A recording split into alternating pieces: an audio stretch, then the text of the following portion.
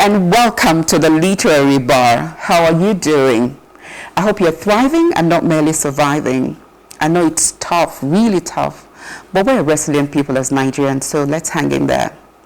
Congratulations to the Catholic, there's a new Pope. And from all indications, Pope Leo XIV will be as great as his predecessor, Pope Francis. Right here in Nigeria, we had the JAMB debacle, and I was impressed by how the JAMB registrar, Professor Ishak Oloyede, took full responsibility and made amendments. So I hope more students pass this time with flying colors. And also send love to all the kids as we mark Children's Day on May 27th. And to the young at heart, please celebrate your inner child and do something fun. My guest today started playing music as a kid with one of the biggest stars in the world. His story is the stuff for movies, and that is his reality. Join me after the break to hear his incredibly amazing story. See you after the break.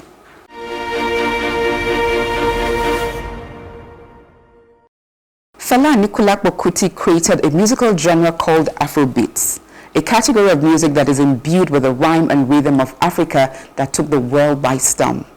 Fela's musical genius still reverberates throughout the world. Afrobeat has become a major influence on Nigerian and international music superstars. Behind Fela was a great band, most popular being the Egypt 80 band. My guest today is Keji Hamilton, who played, toured, and recorded some great hits with Fela: Beast of No Nation, Teacher Don't Teach Me Nonsense. His proximity to the maestro led to his proficiency as a keyboard player and a guitar player. However, with stardom and fame came substance abuse and drug addiction. After years of battling drug addiction, Keji had a personal encounter with God. His extraordinary life journey is captured in an upcoming memoir, From Fela's Shrine to the Pulpit, a book so captivating that is being adapted into a movie. Keji Hamilton is now the senior pastor of Tabernacle of Prayer Ministries. He is the director of House of Joy Rehabilitation Center and the president of Global Center for Drug Eradication. Keji is also a mental health and a marriage counselor with an expertise in parenting. Welcome, Keji. Thank you. How are you? I'm great. And you? I'm fantastic. I don't even know where to start with your... First of all, you have a guitar here, so we're expecting some music. By the grace of God, I worship God with my guitar. Good. We'll worship God with you. All right. So, Keji, I mean, anytime I hear your name, my mind goes to Keji, Keke, Ja. Oh, yeah. So, you heard of, or you met Fela at 16. How did you meet Fela? All right. First of all, I grew up in a home where Fela's music was something that echoes from my father's speakers every Sunday morning. Okay. Even though he was an imam. But everybody as a Nigerian loved Fela's music because he was the voice of the voiceless. Yeah. So I got used to that music growing up. But I didn't know that it had a huge impact in me. So going to meet Fela, I won't say it was something that I planned originally. Circumstances led to it. Because at a certain point in my life at school, when I got fed up with my education, What school was and all this? that, UI, I was reading pharmacy. Okay. And though that's not what I wanted to read, my dad forced me to take that course. So I didn't like the idea. What did you want to study? I wanted to go for medicine. Oh, right. But as at that time, I didn't get it. And he said I should just go in for pharmacy. But I didn't like it. I would have preferred to wait and be able to get admitted into medicine. But he didn't want it. So as I was in school, I refused going for lectures. And so one of the days, a young chap like myself blocked me and asked me, why are you not going for classes? And I told him simply that I don't like the course I'm reading. My dad forced me. And he said, why didn't you go back home and tell him? I said, go back home and tell him. He'll kill me. And the guy said, really? So the guy said, okay, I'm going to give you something that will boost your confidence. So the guy put his hand in his shirt pocket, brought out a wrap of what looks like cigarette. He lit it and gave it to me. How old were I you didn't know at this it was time? marijuana. 16. 16? 16. A little, maybe 16, 1 month. So I took a puff. Of course, I coughed my lungs out. And by the time I finished coughing, I just noticed that it's like my eyeballs were swollen. And I had this feeling I could not explain, you know. And I looked at the guy. The guy was looking like a little boy before me. And I started laughing. And I told the guy that you are looking small. The guy was laughing. And I continued smoking. And then after he left, I just sat there and said, why don't I tell my dad that I don't want to go to school again? And that was it. I spoke to my dad back home and told him, I want to come back home. We need to talk. He said, okay. So I came back, met him in Lagos here, and I told him, Dad, I don't think I want to continue with my education. And he said to me, why? I said, I think I have something else I want to do. Already I've thought in my head, maybe I should go for music. But Fela was not in the back of my mind. So I said, Dad, I would like to go for music. And my dad said, what? Music? For what? Can't you see what music has done to that man they call Fela Anikulapo Kuti? So right there and then, I looked at my dad like, what is he saying? In my mind, like, you play his music all day long. And then number two, nobody even knows you in this country. Everybody knows Fela. So I just said in my mind, if this man doesn't want to send me to school, I'll go to Fela's house. So 4 days after, when he was gone to work, I took a sheet of paper and I just drafted a note. Say, Dad, I'm leaving your house. I won't be back until 7 years' time. Don't bother to look for me, because even if you find me, I'm not going to come back. Thinking that in 7 years, I would have, made all the money I wanted. But at this time, you didn't know where Fela was living? I didn't know where I was living, but I knew the shrine. Okay. I knew the shrine. Where was the shrine? Purple Street. Number 7 also, Purple Street. Ikeja. So I dropped the note and I walked straight to Purple Street. That's where my journey started. Could you play any instrument at this time? At all. I wasn't a musician.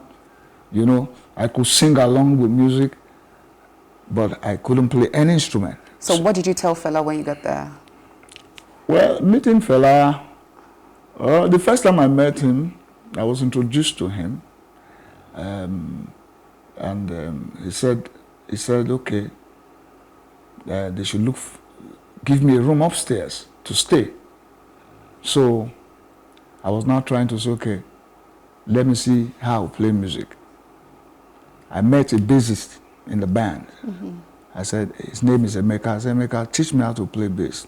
The guy was just dribbling me. At a point, I was frustrated. And so I was wondering, how will I know this music? Apparently, books were flying all around, collections of Fela's books, library. So I've read a couple of books. There was this book. Yeah, Fela loved reading, right? Oh! Yeah, that's why his philosophy was so rich. Yeah, he loves reading. There was a time he was giving lectures around campuses when he goes to do shows. Because he speaks pidgin most of the time, people Yes. always assume that, he wasn't learned. They don't even know he has a degree in music. Yeah, he was learned, well learned, and he could speak good English. Yeah. Good English. If you heard some of his interviews, yeah. Okay, so from his book, how did you now encounter your... So I read this book, and inside the book, it was a yoga book. And I saw what they call in metaphysics, astral projection. Wow. How to get out of your body and go into the spiritual world.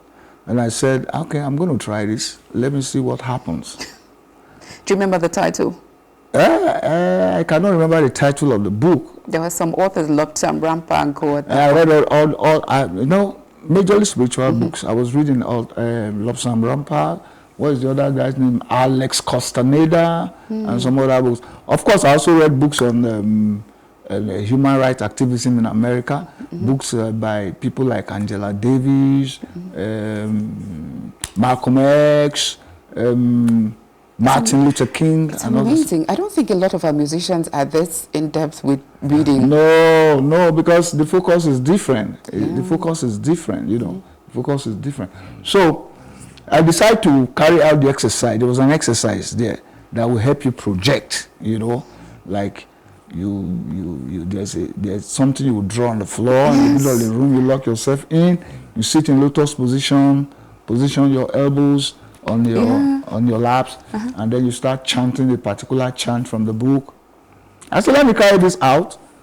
Enter the room, lock the place up. I was inside, you know, remove the key so that they will feel that I'm gone out. Because in astral projection, actually, when you leave your body, just as you are seated like this, if you project like this, if you're going to come back, your body should still remain like this. If anybody comes in and probably move your legs from here and down, you can't come back to the body, right? So I had to lock the door and drop the key. So in 3 minutes of chanting, I saw that I was looking at myself down. I was looking at myself. What? And then, before I could say, as I was saying, Keji, that's you. I just saw that I was left through the roof, like that. And I was traveling with the speed of an aircraft that is on the runway about to take off. After all the run. True story. True story. It's my story. And I was moving with that speed towards what looked like a dot of light. Up, beyond these clouds you're seeing. And as I was going further and further, the dot started expanding until I went through the dot and I saw myself in a spiritual realm. I saw beings that had... Is that like heaven? It can't be heaven. Okay. Yeah, it's a spiritual realm, you know. I saw beings there. They had legs and hands, but they were not wearing clothes. They had fur on their body like hairs of, you know. They're like human beings. Yes, they're like human beings, but they have fur all over like that. And one of them walked up to me and said, what do you want? He wasn't speaking. There was no sound. Okay? It's called... vibration? Telepathy. Okay. Mind-to-mind communication. And I answered with the same mode of communication. I said, I'm here, I want to learn how to play music. And he said, follow me. So we walked towards what looks like a hall. And as we approached the door opened. And both of us went in. And inside the hall, just as we walked into the studio now, I saw 3 beings like him seated across a table. And there's a bench on the other side. So he told me to sit on that bench, facing those 3 beings. As I was facing them, one of them said to me with the same mode of communication, so what instrument do you want to learn? I said, the rhythm guitar. And he just said to me, you can play it now. There was no guitar. I said, you can play it now. So the next one said, what instrument? I said, bass guitar. He said, you can play it now. The third one, I said keyboard. He said, you can play it now. And then that was it. The one that brought me in came back inside and said, let's go. We came out of the hall and he said, return back to your body. I went back to my body, stood up. Is this not a dream? It's not a dream. It's not a dream. It's not a dream. As I came out of the room, somebody met me outside the door and said to me, where have you been? And I said, what do you mean, where have I been? I just went into that room, not quite 30, 40 minutes. He said, we have not seen you for 3 days. What? I said, do you mean what you are saying? He said, yes. I said, no. So I went back into the room. I looked at the calendar, thinking that it was the day that I saw that I spent nothing less than 72 hours outside my body. It didn't make sense to me until I became a believer. And I knew that the time on earth is different from the time in the spirit realm. And I understood when the Bible says a day in the eyes of God is like 1,000 years. 1,000 years is like a day. So when did you get to try out this? So it was acquired talents. It was after this, when I came out of the room again, I went straight to the parlor, meet Fela, and say, Fela, I want to play in your band. My band? When did you come into this How house. long had you been at the shrine before this encounter and then going to Fela? It have been up to about 2 years or so. Okay, okay. So he said, when did you start playing instrument? I said, Fela, why don't you test me? Is that how people called him, Fela? Oh yeah, everybody, even his children call him Fela. Okay. There's nothing like daddy. So he said, get out of my front. Do you think music is what? So that night I could not sleep. The next day I came back. I said, Fela, test me now. If I fail, if I pass, you take me. He said, so what instrument? I said, rhythm guitar. So he called somebody and said, bring the guitar. Is that what you have there? Yes, this is an acoustic guitar, Okay. but it's a 6-string guitar. So they brought a Yamaha. So he said I should sit down, sat opposite him. He called chords for me. Play C major, play F, play this. I played all. Then he asked me, when did you learn this thing? I said, have I passed? He said, okay, play me scales. I ran some scales for him, minor scale, major scale, melodic, minor, pentatonic, intervallic. And he said, stop. He said, I'm going to fail you now. He said, play my latest number in Shrine. The latest number then was a song called Just Like That. It was played on A minor. Mm-hmm. So I just smiled. And I just placed my hand on the guitar. And I played the rhythm. I just striked it. Mm. And he said, tell me, you said you did not know how to play music before you came to this house. So where did you learn it? I said, don't bother. Have I passed? He said, of course you have passed. So he said, don't worry.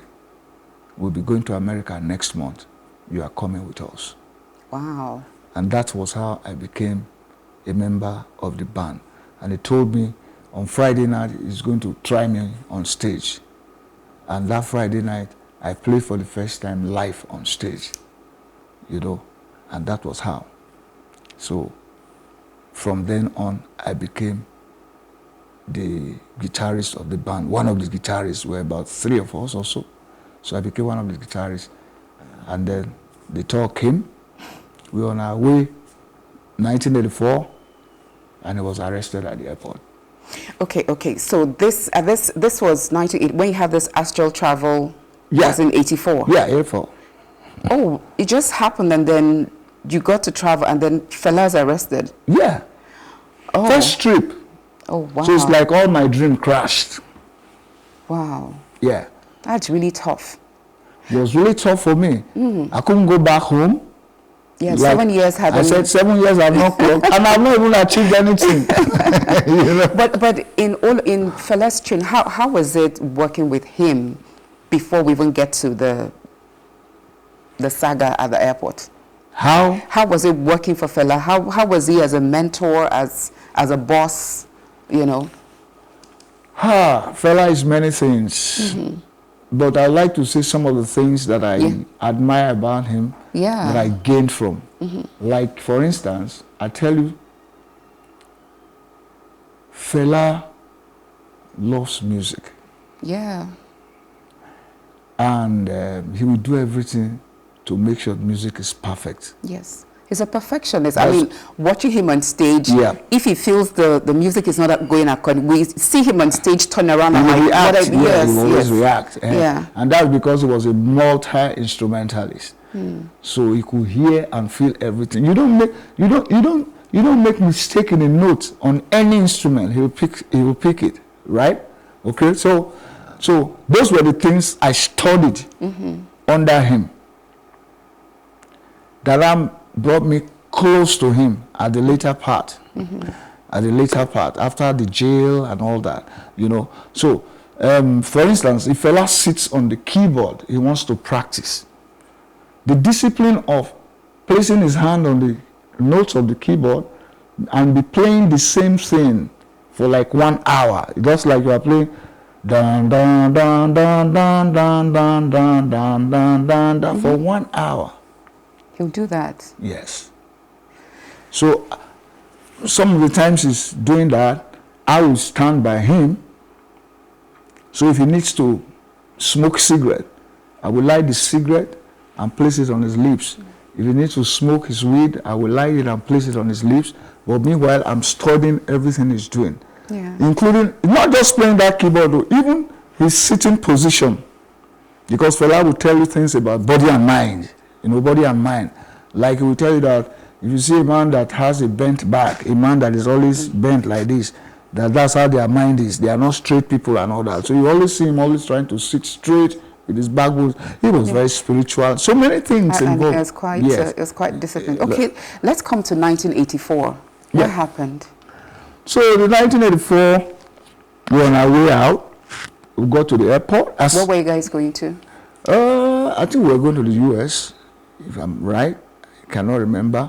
But at this point in time, there was a particular guy that came around Fela. Before this time, he was called Professor Hindu. He was a magician from Ghana. He said he could kill somebody and raise the person the third day. Okay. Fela used to sing in that just like that. All right?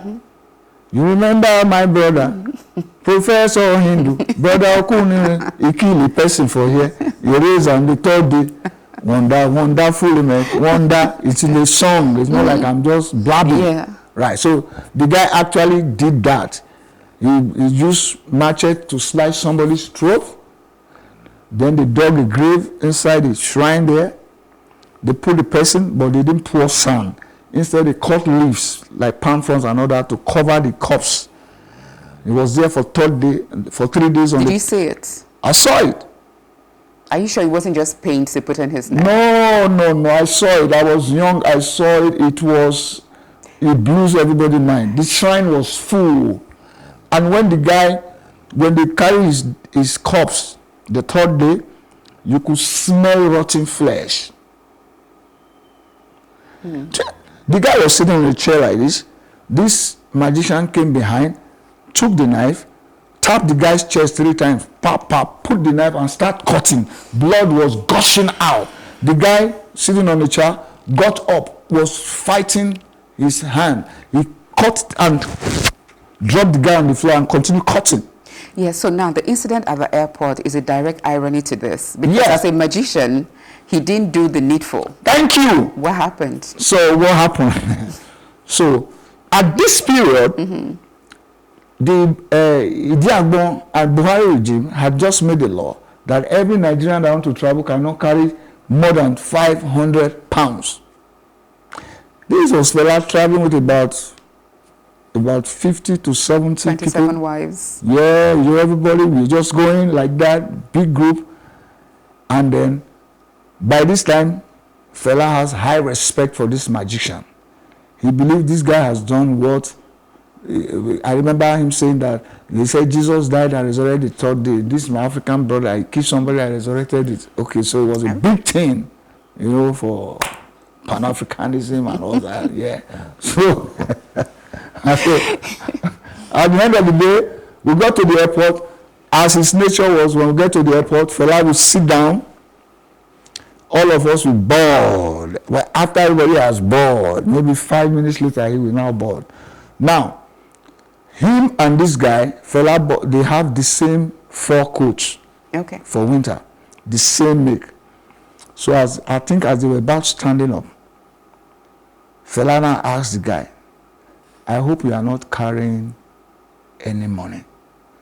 The guy now said he is carrying money. You see, where is he? It's in your 4 coat. Okay. Take my 4 coat, let me hold your own.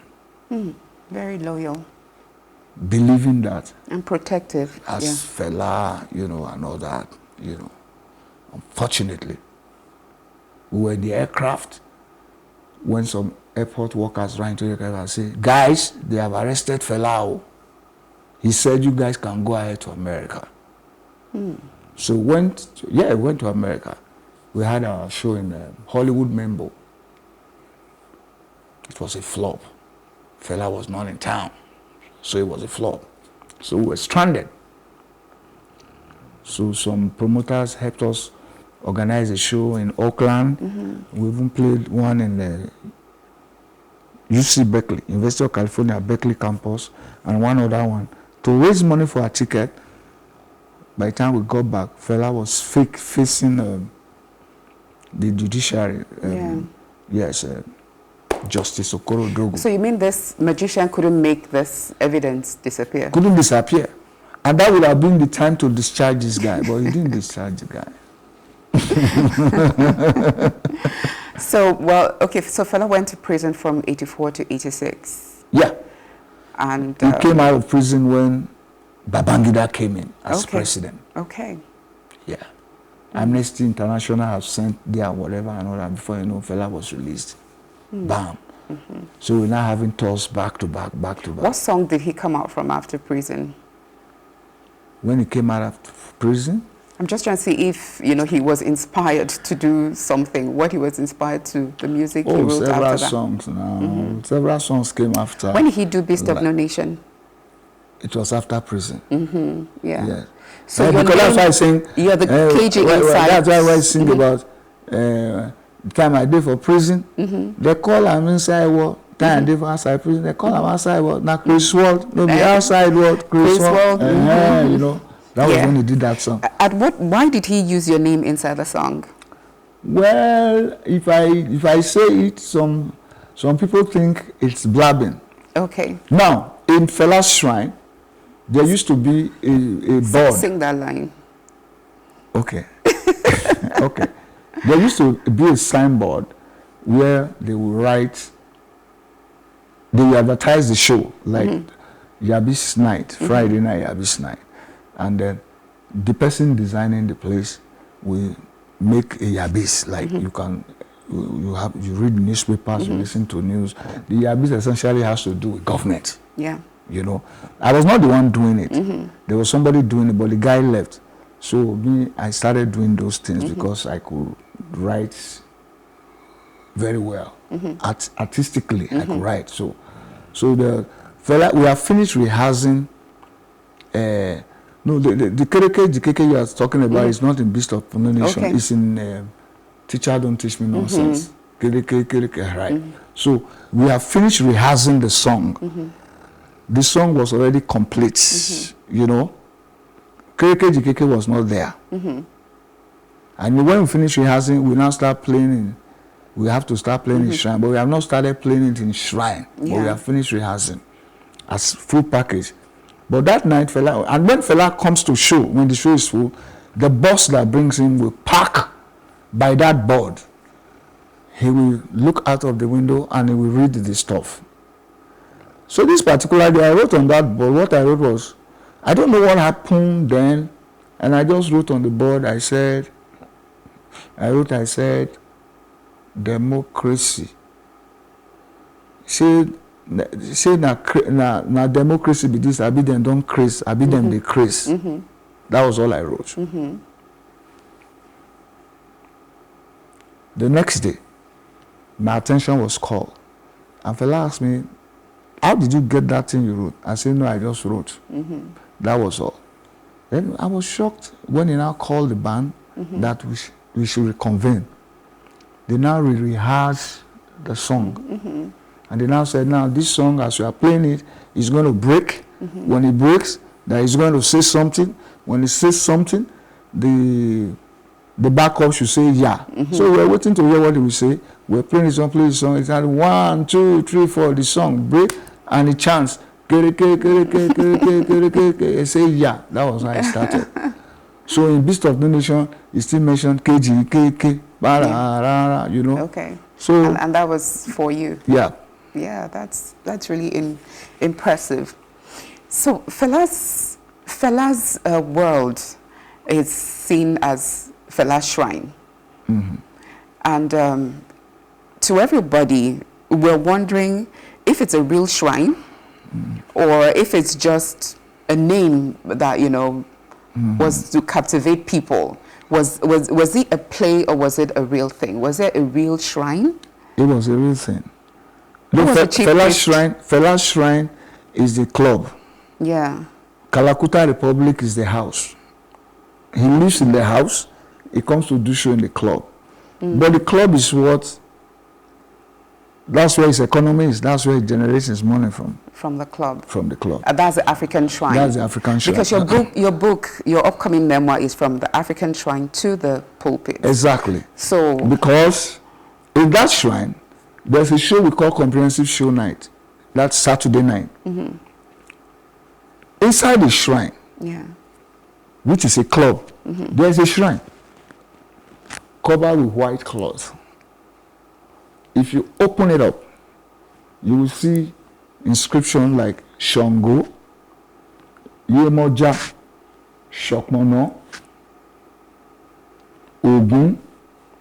Then, of course, you see names of prominent African people that have died. You know, African, when we say worship ancestors. So you see names like Patrice Lumumba. Okay. You see Kwame Nkrumah. You even see Martin Luther King there. Marcus Garvey, I'm sure. Marcus Garvey is there, right? So now, on that Saturday afternoon, they would have bought a bottle of Shinap, yes, a keg of palm wine, chicken will be there. Who was the chief priest? Fela is called the chief priest of Africa Shrine. Is that not what they call him? So he was the chief priest. So I wanted to know if there were other priests that will come. No, he's the chief priest. He's the chief priest.